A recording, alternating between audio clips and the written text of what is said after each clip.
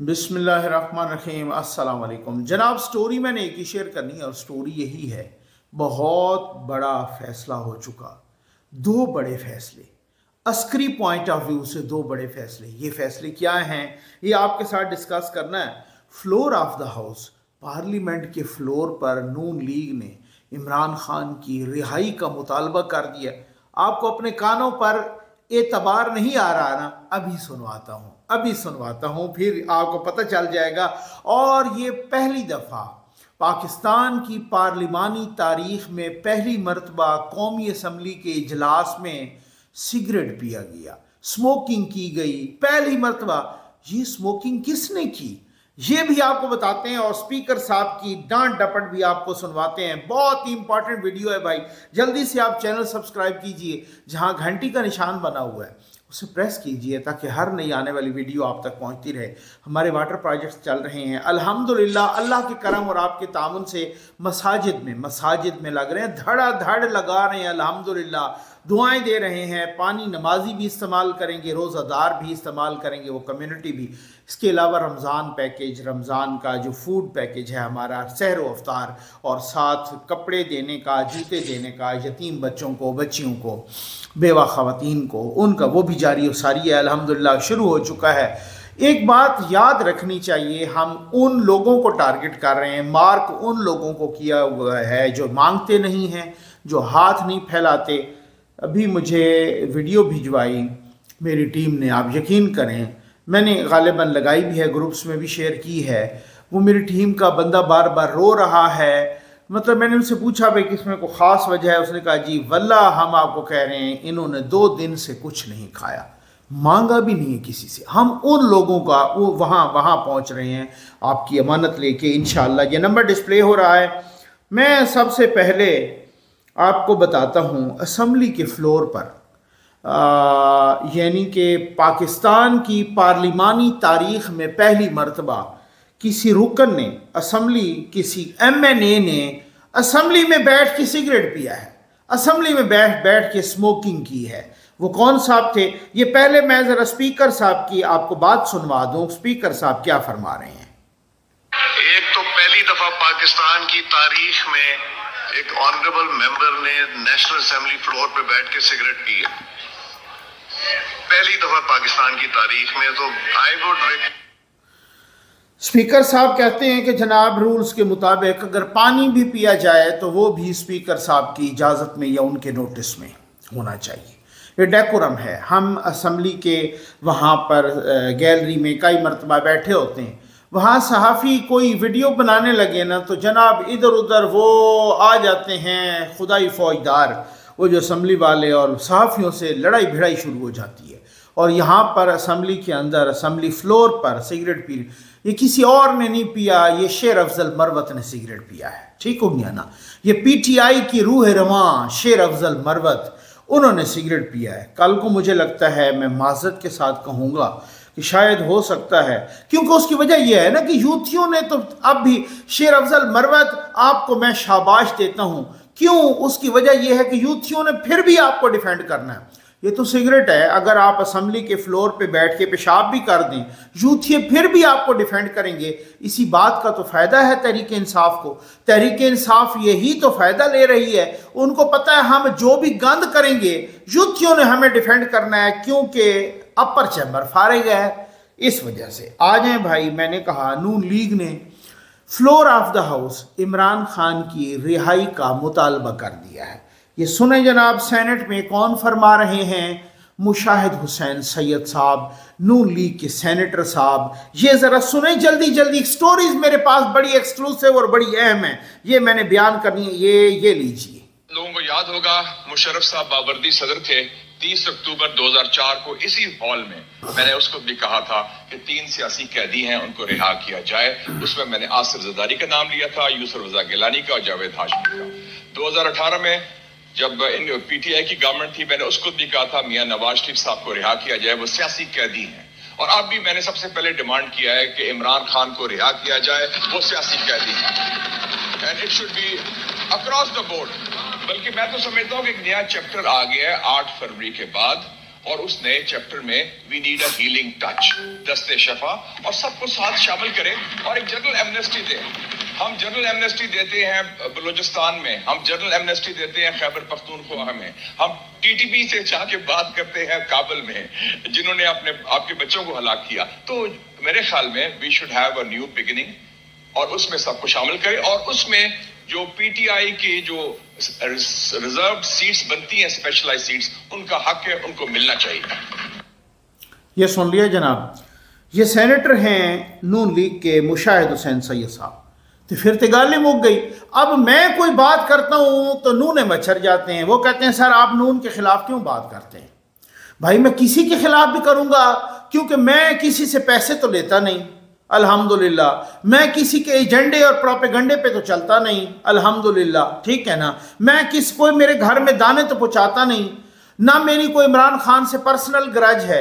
आपका लीडर 2-4 रोज़ पहले कह रहा था कि इमरान खान ने ख़त लिखा है नवाज शरीफ साहब, और ये ख़त लिखना गद्दारी है, IMF को ऐसा ख़त लिखना गद्दारी है, ये मुल्क दुश्मनी है, ठीक है ना। आपका लीडर कह रहा था, एक तरफ आप वो कहते किधर गया 9 मई, किधर गए 9 मई। अब एक तरफ हम जब कोर कमांडर मीटिंग होती है तो बताया जाता है कि 9 मई के मास्टरमाइंड्स को नहीं छोड़ा जाएगा, 9 मई के मंसूबा साजों को नहीं छोड़ा जाएगा, 9 मई में मुलव्वस लोगों को नहीं छोड़ा जाएगा। आधा दर्जन बाहर आके जनाब वो प्रेस कॉन्फ्रेंसेस करते हैं और वो कहते हैं मंसूबा साज और सबसे बड़ा मास्टरमाइंड इमरान खान है। अब अवाम किधर जाए भाई, अवाम किसकी सुने। एक तरफ मियाँ जावेद लतीफ़ साहब हैं, वो कोई और बात करते हैं, ख्वाजा आसिफ साहब और बात करते हैं, ये मुशाहिद हुसैन सैयद ने तो सारी गल मुका दी थी, ठीक है ना। उन्होंने कहा जी खान साहब को तो रिहा करें, वो तो सियासी कैदी हैं। उन्होंने तो इमरान खान और नवाज शरीफ को बराबर करार दे दिया। ये मुशाहिद हुसैन सैयद बार बार कह रहा हूँ नून लीग के सेनेटर हैं। भाई को पॉलिसी के मुताबिक बात की जाती है ना, जब आप किसी जमात को रिप्रेजेंट कर रहे होते हैं तो पॉलिसी के मुताबिक बात करते हैं।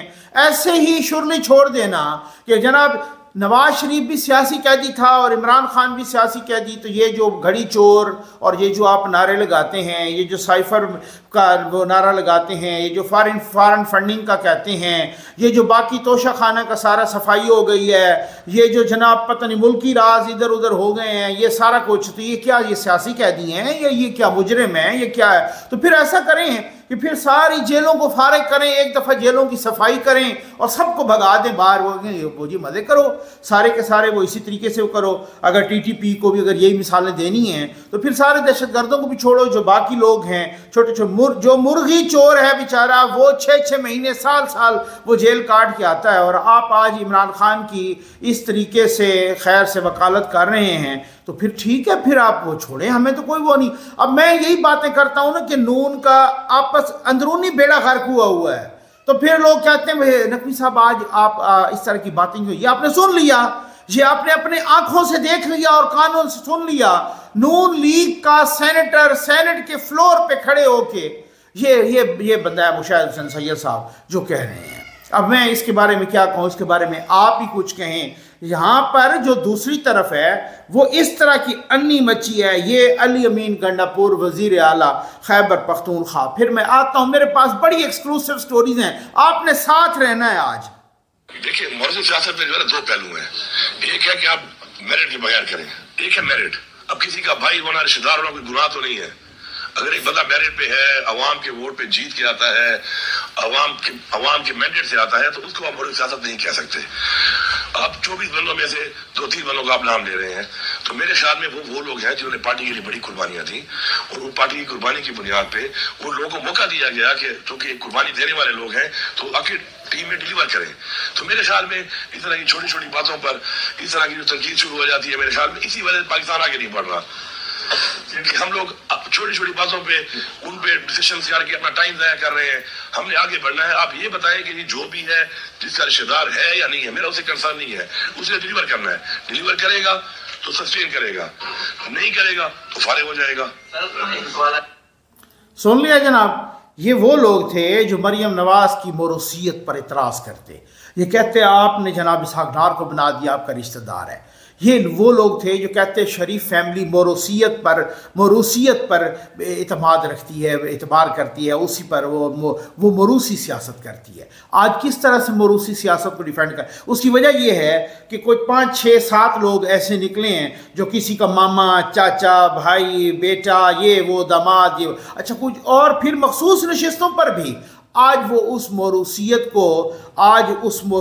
को वो डिफेंड कर रहा है और झूठी वाहवा कर रहे हैं। ये इनके सोशल मीडिया का कमाल है, ये यू टर्न का कमाल है, ये मुनाफकत का कमाल है। मैं समझता हूँ यही वो लोग हैं जिस तरीके से वो किया। अच्छा, अब आ जाए जनाब, मैंने कहा 2 बड़े फैसले।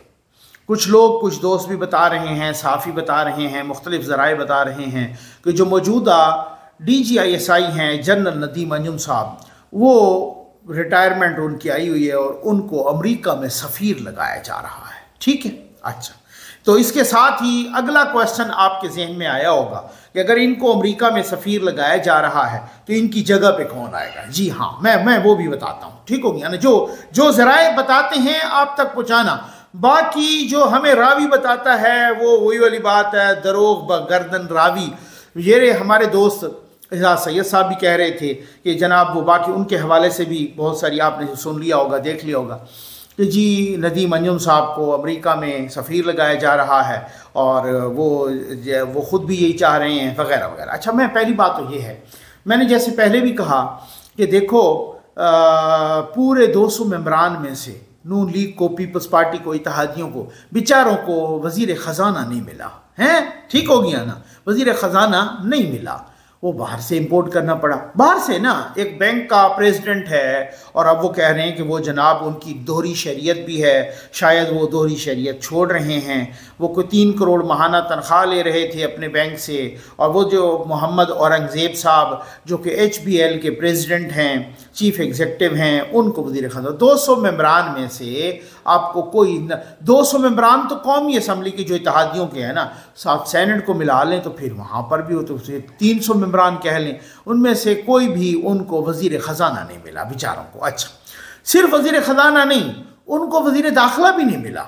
इन 200 में से उनको वज़ीर दाखिला भी नहीं मिला बेचारों को। ठीक है ना, बेचारे उनको वज़ीर दाखिला भी नहीं मिला। वज़ीर दाखिला मोहसिन नकवी साहब को लाया जा रहा है। अच्छा, अब सुना है कि मोहसिन नकवी साहब सेनेट का इलेक्शन लड़ रहे हैं और सेनेट का, क्योंकि वो मुशीर दाखिला होंगे ना, अगर वैसे आ जाते हैं ना तो वो मुशीर दाखिला होंगे, उसको वज़ीर दाखिला नहीं कह सकते, वज़ीर कह सकते हैं कि जो पार्लियामेंट का मेंबर हो, कौमी असम्बली का मेंबर हो या सेनेट का मेंबर हो, वज़ीर वो बन सकता है। ठीक है ना, वज़ीर लफ्ज़ उसके साथ लग सकता है, या फिर वो सूबाई असम्बलियों का तो वो सूबाई हवाले से, बाकी या तो वो मुआविन खुसूसी होगा या वो मुशीर होगा, वो उसको कह सकते हैं इस तरीके से। अच्छा, असम्बली के अंदर भी मुआविनीन खुसूसी लिए जा सकते हैं अंदर से भी, और मुशीर जो होता है ना, वो चूँकि मेंबर नहीं होता इसलिए लफ्ज़ मुशीर लगता है, फिर थोड़े अरसे के बाद उसे हटाना पड़ता है या रिन्यूअल उसकी करनी पड़ती है। कैसे कि वो उसको या सेनेट का मेंबर बनाओ या कौमी असम्बली का, तब जाके वो वज़ीर बनता है। इसी वजह से हफीज़ शेख को भी हटाना पड़ा था, क्योंकि वो मुशीर बनाया जब वो यूसुफ रज़ा गिलानी के मुकाबले में हार गए थे, इस वजह से उनको फिर वो हटाना पड़ा। ठीक है, अच्छा, अब इसमें बात यह है कि उनको वज़ीर ख़ज़ाना भी नहीं मिला, उनको वज़ीर दाखिला भी नहीं मिला। अब सुना है मोहसिन नकवी साहब इलेक्शन लड़ रहे हैं। अच्छा, जो खबरें हैं वो कह रहे हैं आज़ाद हैसियत में इलेक्शन, अगर वो आज़ाद हैसियत में इलेक्शन लड़ेंगे, आज़ाद हैसियत में, तो फिर तो यही होगा ना भाई कि फिर तो अब उधर पंजाब में हम देखते हैं, पंजाब से ही ज़ाहिर है लड़ेंगे वो, पंजाब के मुझे नहीं पता कहाँ से लड़ते हैं, कौमी असम्बली से, यहाँ से लड़ते हैं, पंजाब से लड़ते हैं वगैरह। अगर वो इलेक्शन सेनेट का लड़ेंगे आज़ाद हैसियत में, तो फिर तो रिगिंग करेंगे, फिर तो हार्स ट्रेडिंग करेंगे, क्योंकि पंजाब से अगर लड़ते हैं तो पंजाब असम्बली के तो एक सेनेटर को तकरीबन 17 से 20 मेंबरान चाहिए होते हैं वोट के लिए। 17 से 20 मेंबरान तकरीबन वोट करेंगे तो फिर एक सेनेटर बनेगा। तो ये 17 से 20 तो आज़ाद लोग उधर हैं ही नहीं, वो तो सुन्नी इत्तेहाद के हैं, सुन्नी इत्तेहाद कौंसिल के, बाकी मुस्लिम लीग नून के हैं, बाकी कुछ पीपल्स पार्टी के हैं, बाकी कोई 8-9 लोग, कितने हैं, 10 हैं 9 हैं, जितने हैं वो काफ लीग के हैं, बाकी को। तो फिर अगर आप किसी पार्टी के नामजद किए हुए उम्मीदवार भी नहीं हैं और आज़ाद हैसियत में लड़ रहे हैं, तो आपको वोट कौन देगा? लेकिन आप देख लीजिएगा, ऐसा जादू होगा, फिर जीत जाएंगे। और उन्होंने चूंकि वजीर दाखिला बनना है, इस वजह से वजीर बनना है, इस वजह से वो जीत जाएंगे। बस वो आप आगे सवाल आपने नहीं करना, ठीक हो गया ना, वो चुप करके देखते जाना है, जादू आपने देखते। तो 200 मेंबरान में से इसी तरह से मैं हालांकि हमेशा ही मैंने उनके प्रोफेशनलिज्म की तारीफ़ की है, जनरल नदीम अंजुम साहब के, उनके सोल्जर। उन्होंने कहा था कि जी मेरी कोई फ़ोटो ना आए, मेरी वीडियो ना आए मीडिया में, जो भी इजलास होता था तो लोग पूछते थे क्या DGISI नहीं है? नहीं, उन्होंने खुद ही मना के हुआ था। बहुत अच्छी बात है। लेकिन भाई इतना बड़ा फॉरेन ऑफिस कभी आप उठा के शेरी रहमान को लगा देते हैं, कभी आप उठा के किसी और को लगा देते हैं। पहले मुझे आप ये बताएं, क्या इंडिया में भी कोई जनरल या रिटायर्ड जनरल कहीं पर कोई सफ़ीर लगा है? क्या कोई अमेरिका से मुख्तलिफ सफ़ीर आते हैं, उनमें से किसी के साथ मुझे तो याद नहीं है कि जनरल रिटायर्ड लगा हो और हमें बताया गया हो कि वो भी उस फॉरेन ऑफिस से आते हैं। नो डाउट हर सफारत खाने में मिलिट्री अताशी या इस किस्म के लोग होते हैं, लेकिन वो फिर रिटायर्ड जनरल या ये हमारे यहाँ तो रिटायर्ड जनरल भी जाते हैं, रिटायर्ड जो है ना वो जाते हैं, नेवल चीफ भी जाते हैं, रिटायर्ड एयर चीफ भी जाते हैं, नेवी के और भी अफसरान जाते हैं। यहाँ पर तो मुख्तलिफ जगहों पे सफ़ीर लगते रहे हैं, माशाअल्लाह, जज़ाकल्लाह। और आपको पूरे फॉरेन ऑफिस से, यानी फॉरेन ऑफिस CSS का एग्ज़ाम पास करके लोग आते हैं, 17 ग्रेड से चलते हैं, 22 तक पहुंच जाते हैं। लेकिन हमें पता नहीं क्या मसला है कि उन बेचारों में हमें कोई काबिलियत नज़र नहीं आती कि वो इतना कंगाल के, इतना कोई सफ़र लंबा करके, इतना कुछ तजर्बा, इतना कुछ सारा करके, हमें फॉरेन ऑफिस से कोई ऐसा बंदा नज़र नहीं आता कि जो अमेरिका में हम उसको सफ़ीर लगा सकें। ये मैं इंतहाई अदब के साथ, नंबर 1। अब उनकी जगह पे कौन आएगा? भाई मुझे बताया है कुछ बहुत ही अथेंटिक ज़राए ने, मुझे नहीं पता कि उनकी जगह पे कौन आएगा, लेकिन एक बात है मैं रखता हूँ, आपको भी समझ आ जाएगी। जनरल फैसल नसीर साहब, अब ये वही वाले जिनको डर्टी हैरी कहा करते थे इमरान खान, ठीक है ना। जनरल फैसल नसीर खान साहब, उनकी प्रमोशन होने लगी है, सुना है, लेफ्टिनेंट जनरल के तौर पे। तो फिर डार्ट्स मिलाए, मैंने भी डार्ट्स मिलाए हैं। मैंने कहा कि अगर जनरल नदीम अंजुम साहब, और ये कोई बुरी बात नहीं है भाई, वो प्रोफेशनलिज्म है, अगर एक मेजर जनरल है और उनकी प्रमोशन हो के वो लेफ्टिनेंट जनरल बन रहे हैं और फिर उसके बाद वो DGISI आते हैं, तो इसमें तो कोई बुराई नहीं है, कोई ऐसी बात नहीं है। अलबत्ता ये है कि यूथ ये कह रहे हैं, अब यूथ ये कह रहे हैं फलां बंदा आया तो ये हमारी मंजी और ठुकेगी। वो मंजी, मुझे नहीं पता कि मंजी उनकी ठुकती है या नहीं ठुकती। कुछ चीज़ें मुझे, जो कुछ ज़राए ने, बहुत ही अथेंटिक ज़राए ने, कि यार हाफिज़ साहब है बहुत शरीफ आदमी। फैसल नसीर साहब, जनरल फैसल नसीर साहब को मुबैना तौर पे कुछ फ़ैसले करते, ज़ाहिर है हर फैसला अपने ताई तो कोई वो नहीं कर सकता ना, उसको इम्प्लीमेंट। फिर वो कहते हैं अपने बॉस से, जनरल नदीम अंजुम साहब से।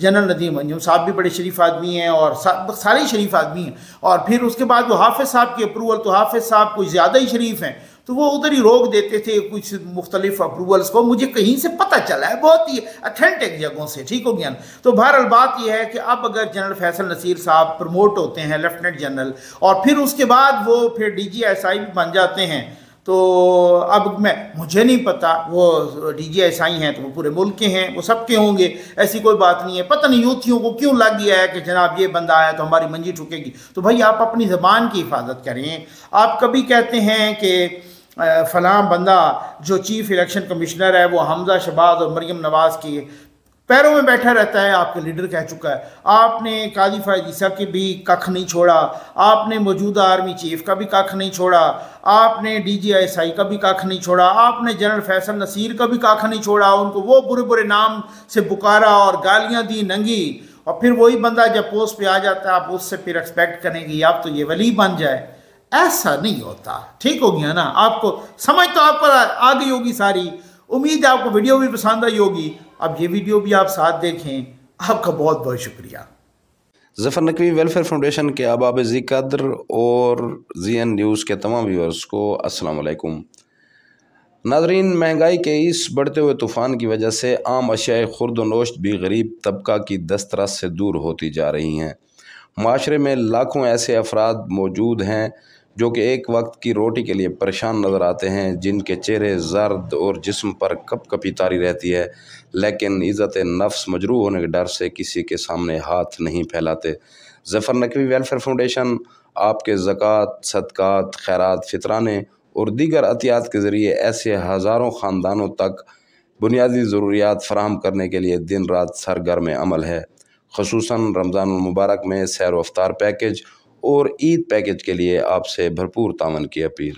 मेरे को मैं तो बहुत मजबूर हूँ, बहुत औखी हूँ, कहने लगा को कैसे हूँ रोज तो कोई भी नहीं देता, कहते बुए तो मैं मना तो कह को लाना ना कोई हमदर्दी हूँ करेंदा है, कोई देवे भला थी उन्हें न देवे भी भला थी उन्हें।